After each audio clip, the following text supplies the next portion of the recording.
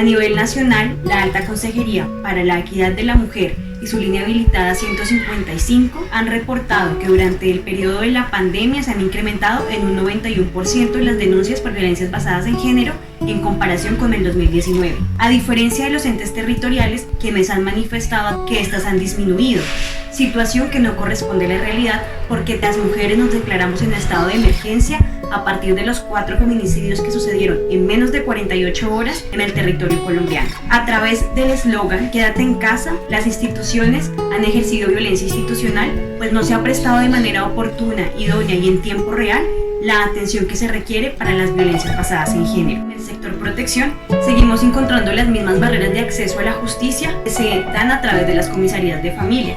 Sigue presentándose obstáculos como el no servicio por no encontrarse el comisario de turno para atender. Finalmente, en el sector salud encontramos que si bien han sido medidas necesarias por el nivel de contagios que se presentan en diferentes municipios, se ha centrado en ella toda la atención, se ha dejado de lado la obligación de atender las violencias basadas en género, especialmente todas las crisis que se generan a partir de la violencia psicológica, de la violencia sexual que se pueda prestar.